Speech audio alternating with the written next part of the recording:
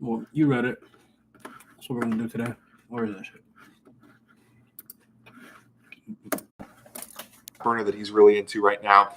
We're working to help these guys out over here from America and give some explainers on their products. NNB was so nice to send over to me a ton of capsules of their dihydroberberine. So I know you guys have seen by now my Glucose RX review, which is a great glucose disposal agent that utilizes normal berberine hydrochloride. You've seen Mike talk a lot about sugar, carbohydrates, how much he hates carbohydrates, but then also how much he loves carbohydrates for performance, and a lot about how sugar, fat, the combinations, the timing, the lifestyle around those can affect your blood sugar and how that will affect your life. So Mike finally got me into being interested about this. I've been experimenting with dihydroberberine as well as a host of different glucose disposal agents, and also pricking my fingers and testing my blood sugar, which is I can't feel the ends of any of my fingers right now. So last week I did a really fun experiment where I found a baseline for myself. I tried a couple different glucose disposal agents, and I also tried out this product. Before that, I was taking this at the 200 milligrams 3 times a day dose, which they recommend 1 to 200 milligrams 3 times a day. And so if you know me, you know that I just go full send with the full dosage 3 times a day.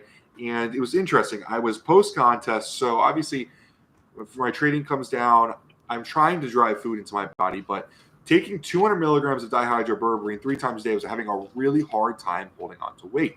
I was just dropping weight like crazy, getting leaner and leaner, looking much better.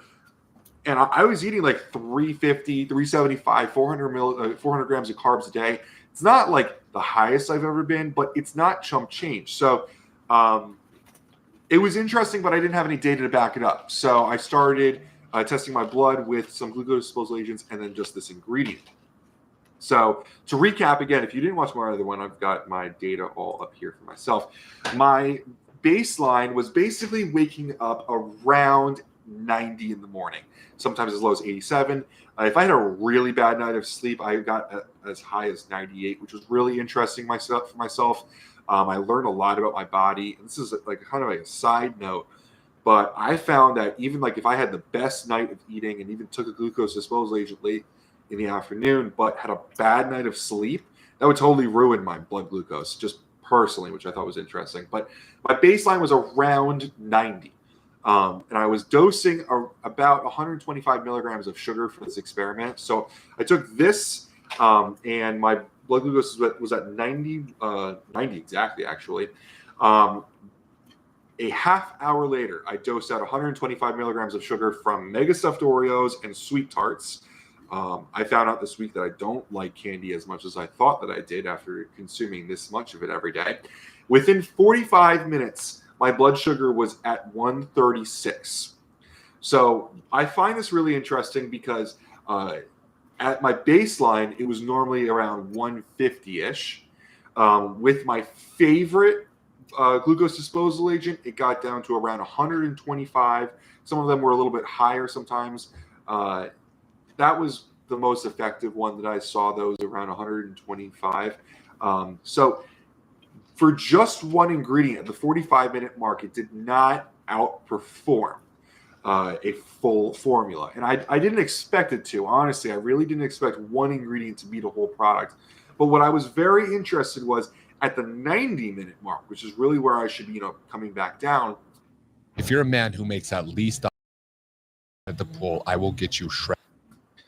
With my favorite glucose disposal agent, I was at 110. At a baseline, I was at 135. But with the dihydroberberine, I was at 98. I was almost at baseline. For a lot of people, that would have been already normal fasting blood sugar. So obviously, anecdotally looking at the numbers, when you say anecdotally, it's usually like feelings, but this is, for me, it was hard. I felt like I ran a pretty controlled study. I kept a lot of things controlled. I did not change much day to day. And this outperformed any formula I put into my body at the 90-minute mark. I was very impressed with that. Now, to talk about dihydroberberine as an ingredient, I'm not going to do a full deep dive on this because, to be honest with you, I would be doing it a disservice compared to how Sean goes into it on our podcast about it. So I'm going to link that up above.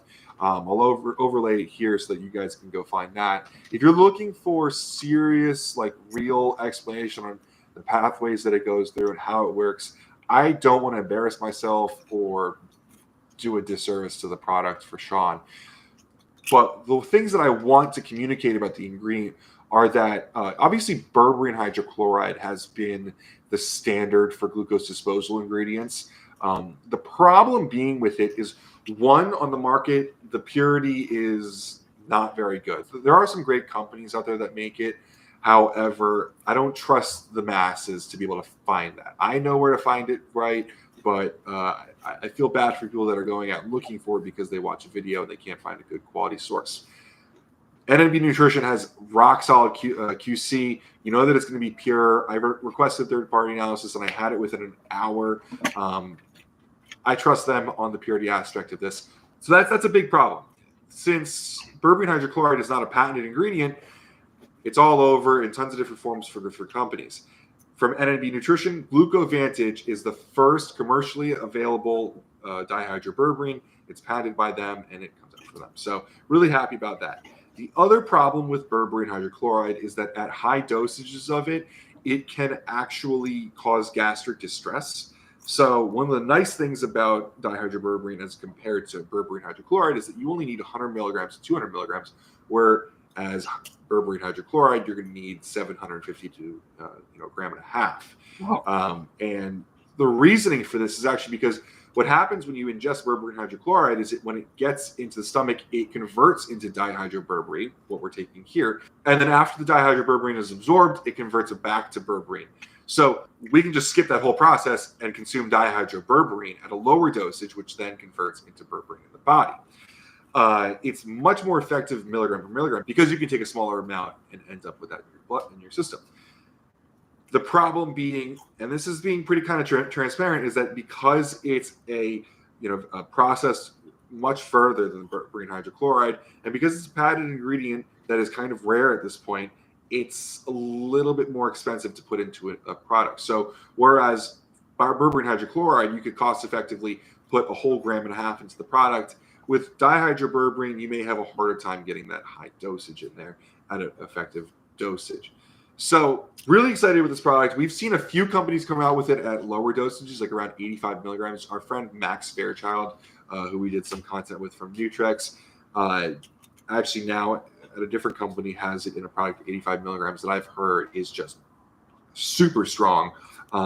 We've talked to a few of our partners about being able to put dihydroberberine into a product, and we're really excited about that. There's a lot of cool different delivery options here. Like overall, I'm really excited about the ingredient, but I really just wanted to get an explainer out there as well as a testimonial, kind of like a review on my side. I normally don't like to say the word review because people start coming out with me bias and stuff. But in this case, honestly, it's just an anecdotal testimony of what it did for my blood sugar. And I thought that it was extremely significant. So if you guys enjoyed the content, please leave a comment below. Let me know what you think. This is a little bit different for me, but I wanted to get this up here, share our results with it, mostly my blood results.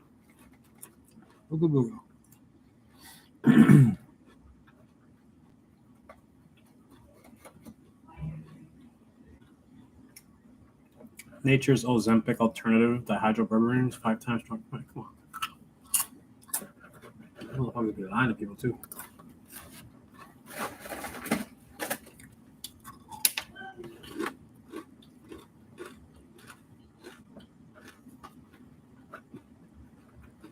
Well, it looks like it's going to change, so I don't want to mislead nobody and have any XRP stuff. Excuse me. So I guess I'll make another video.